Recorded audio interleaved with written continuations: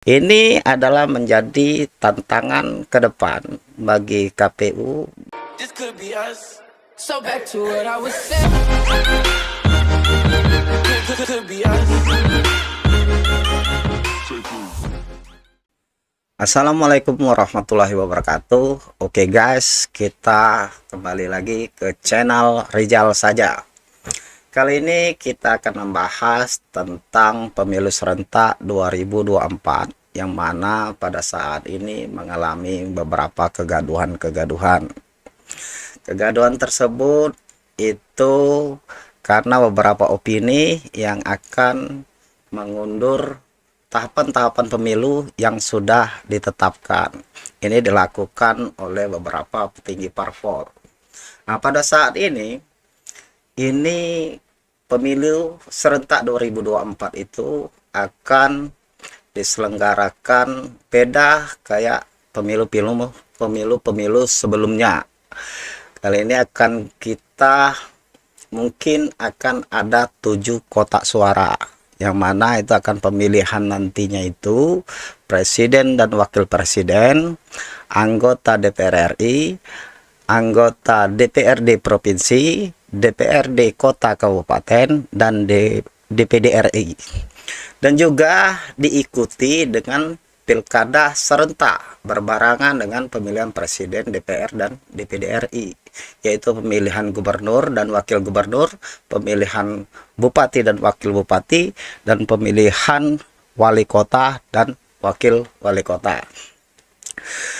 Nah, pada saat ini juga sebenarnya tahapan-tahapan pemilu itu sudah clear, sudah selesai, itu dibahas di Komisi 2 DPR RI bersama-sama dengan Kemendagri, KPU, Bawaslu, dan DKPP. Itu sudah tertuang, itu jadwalnya itu sudah clear sampai selesai nanti.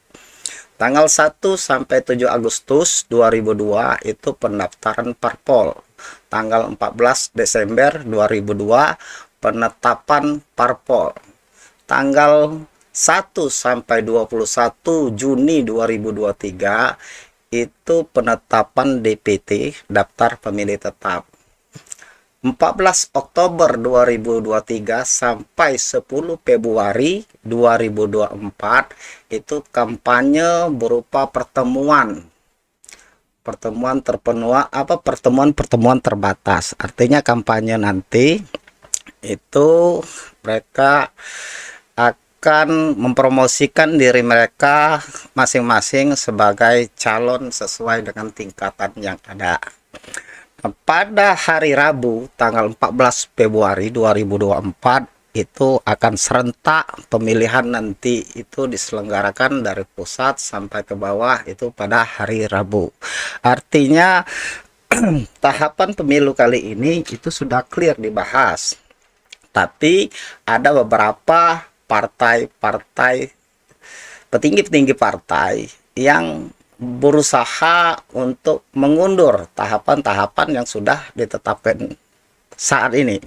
Tapi sebelum kita masuk ke sana, kita lihat dulu bahwa pemilu terdahulu itu sudah memakan korban sebanyak 400 jiwa lebih sesuai dengan penelitian yang ada. Nah, karena mereka ini bekerja selama 40 jam. Jadi untuk rekapitulasi dengan pom-pom yang ada itu mengalami kerumitan. Itu misal sampai malam, selesainya itu sampai pagi esoknya hari itu. Terus mau langsung dikirim lagi ke PPS dan KPPS. Ini adalah menjadi tantangan ke depan bagi KPU, bagaimana ini bisa menyederhanakan lagi pom-pom yang ada itu supaya tidak memakan waktu lama dan memakan banyak korban jiwa nantinya. Nah, kita juga masyarakat juga supaya jangan mengalami kebingungan dalam memilih, karena nantinya itu ada 7 kotak suara yang harus kita pilih di bilik suara nantinya. Nah, bayangkan nanti pada saat pemilihan serentak ini, kompetisi seperti ini akan bagaimana kekisruannya terjadi nantinya. Ada DPR kota kabupaten, DPR provinsi, DPR RI, presiden dan wakil presiden, DPD RI, ditambah lagi dengan pilkada. Pilkada serentak sesuai dengan daerahnya masing-masing, baik itu tingkatan kabupaten maupun provinsi. Artinya kontestasi politik ke depan itu sangat luar biasa sekali. Masing-masing calon itu dari DPR, apalagi pilkada-pilkada yang ada nanti, belum lagi mengalami mungkin beberapa kegaduhan-kegaduhan di beberapa tempat. Nah, untuk pilkada pada saat ini, untuk sampai nantinya ke kontestasi pemilu, beberapa kepala daerah nantinya akan berakhir masa jabatannya. Di tahun 2022 itu ada 101 PLT kepala daerah. Di 2023 ada 171 PLT kepala daerah. Totalnya ada 272 kepala daerah yang berakhir masa jabatannya. Nah, ketika di daerah tersebut tidak ada incumbent, artinya semua orang untuk berkompetisi untuk memenangkan pilkada itu punya kesempatan yang sama, artinya setara, tidak ada incumbent di sana. Nah, siapapun nanti yang maju itu akan berpeluang tinggi untuk memenangkan kompetisi tersebut. Nah, di sini juga PLT kepala daerah ini akan diajukan oleh gubernur dan disetujui oleh Mendagri untuk kota dan kabupaten. Mendagri ini, pendapat saya ini berpeluang penting untuk bagaimana nantinya mewarnai kompetisi kepala daerah di 272 kota, kabupaten, dan provinsi.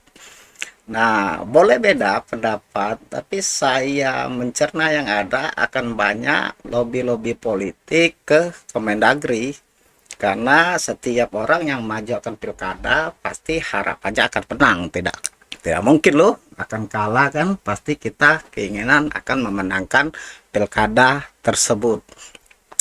Nah, itulah banyak nantinya perbedaan-perbedaan di tahun-tahun sebelumnya. Pemilu kali ini DPR kota kabupaten berbarengan dengan pilkada itu, wah, nanti serunya luar biasa itu.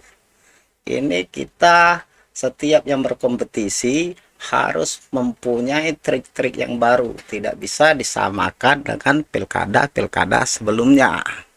Nah, seperti itu pendapat saya, mungkin ada yang berbeda, tapi tidak apalah, namanya juga dinamika. Nah, kembali lagi kita ke gaduhan politik.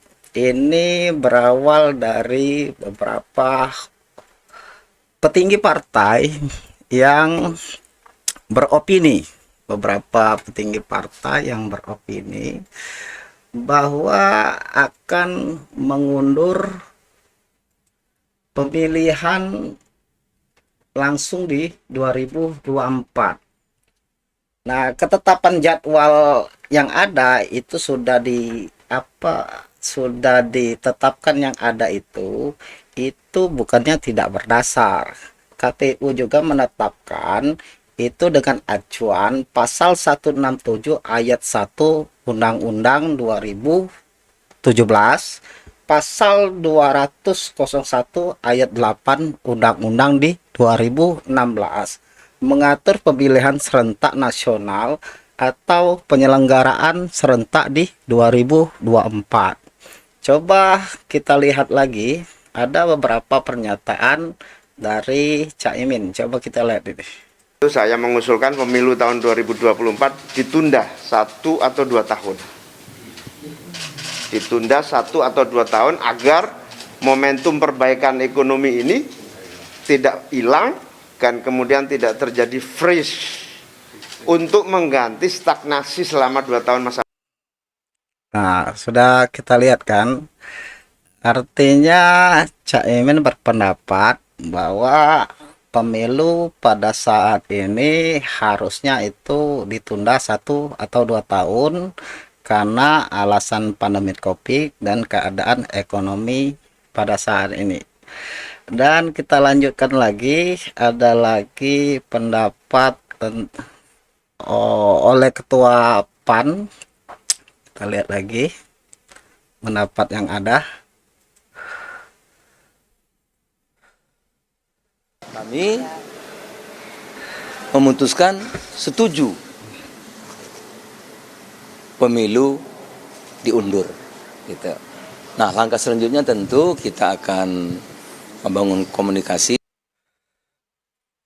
Nah, jadi Zulkifli Hasan itu berpendapat dia setuju itu pemilu itu diundur, juga diikuti juga oleh Ketua Golkar Erlangga Hartarto, bahwa dia juga berpendapat bahwa bagusnya pemilu pada saat ini diundur 1 sampai 2 tahun ke depan.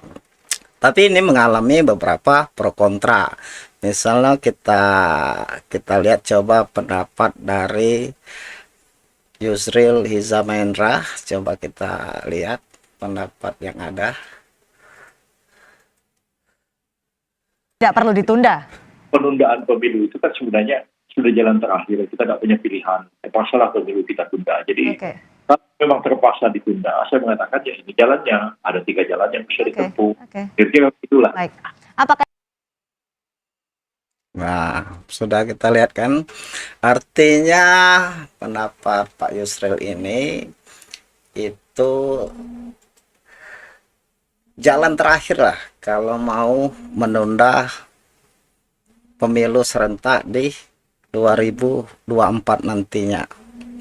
Ada lagi pendapat lagi dari Nabalin Nababan. Coba kita lihat. Baik-baik pernyataan saya ini. Ya, jadi jangan membuat framing dalam bentuk tuduhan-tuduhan yang murahan. Ini tuduhan-tuduhan sampah ya menurut saya. Kenapa? Kalau pemerintah itu kan jelas ya, pemerintah dalam hal ini adalah Departemen Dalam Negeri. Dia bilang tuduhan-tuduhan sampah. Artinya apa opini pada saat ini yang untuk menunda pemilu 2024 itu adalah opini sampah.